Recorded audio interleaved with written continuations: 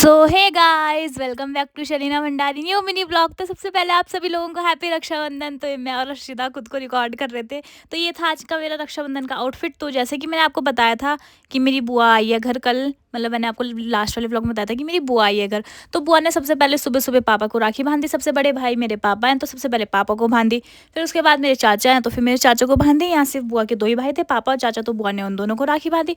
उसके बाद आता है गाइस मेरा नंबर मैंने भी अपने भाई को राखी बांधी। तो मैं देख रही थी, मैंने कहा मेरी वाली राखी कौन सी है, क्योंकि इसको यहाँ पे भी मतलब मेरी और जो बहनें हैं जिन्होंने भिजवाई थी उसकी राखी भी मैंने बांधनी थी। फिर मैंने उसको राखी बांधने के बाद मैंने उसे मिठाई खिलाई। उसके बाद मैंने उसे कहा, मैंने कहा ले, मैंने कहा तू मेरी तरफ से कैडबरी सेलिब्रेशंस का डिब्बा रख। मैंने कहा तू भी क्या याद रखेगा, तेरी बड़ी दीदी ने तुझे गिफ्ट दिया। और वो खुश, वाह मेरी दीदी ने मुझे गिफ्ट दिया।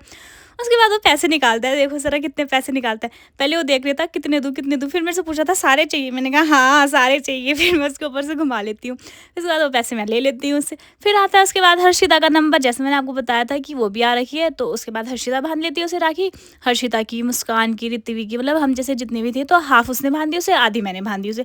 उसके बाद ये हर्षिता, मम्मी और मेरा भाई ये सब देहरादून चले जाते हैं मुझे अकेला छोड़ के। फिर जब ये लोग चले जाते हैं तो मैं लग जाती हूँ दुकान में राखियाँ बेचने के लिए, क्योंकि आज भी राखियाँ बिकी है मेरी। उसके बाद आ जाती है मेरी बूढ़ी, मेरे दादा की बहन, दादा को राखी बांधने के लिए। मेरे दादा की भी एक ही बहन आई दादा को राखी बांधने के लिए, तो उन्होंने सबके बदले की राखी बांधी दादा को।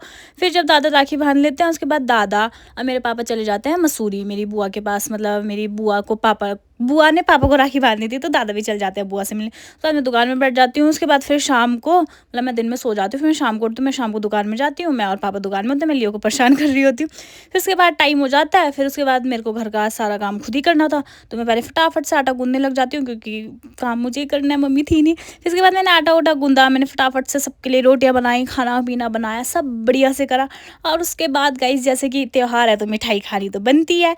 फिर मैंने खाई मिठाई, घेवर खाया। एंड आज के लिए इतना ही। आपसे मिलते हैं नेक्स्ट ब्लॉग में। Bye guys, subscribe for more, thanks for watching.